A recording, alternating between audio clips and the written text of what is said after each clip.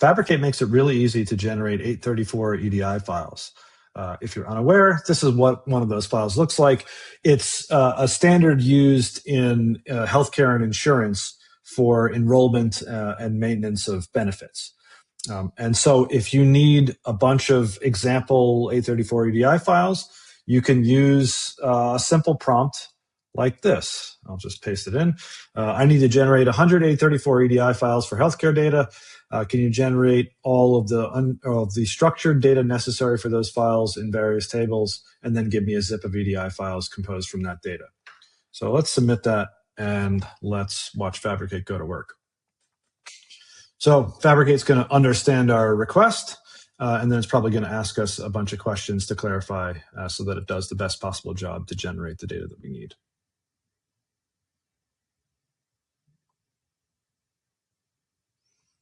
Okay, what type of enrollment transactions should the files contain? We'll take the default new enrollments only. How many member subscribers should each 835 file contain? Let's say 5 to 20 members per file.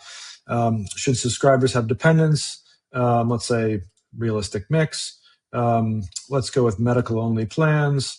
Current year, it thinks it's 2024.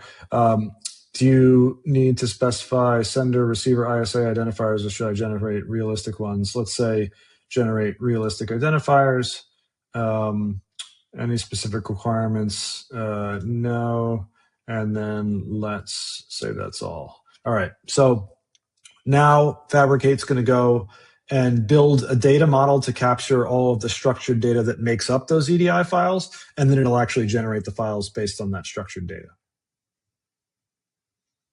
So here it's building our data model.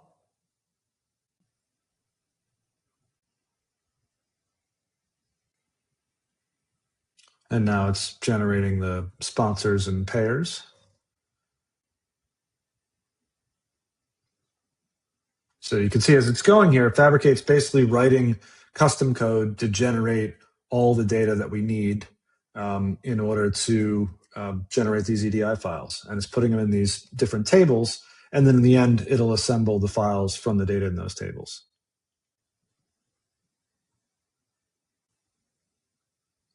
So now it's generated all the data. And so it's going to go and generate a zip archive of all the actual EDI files.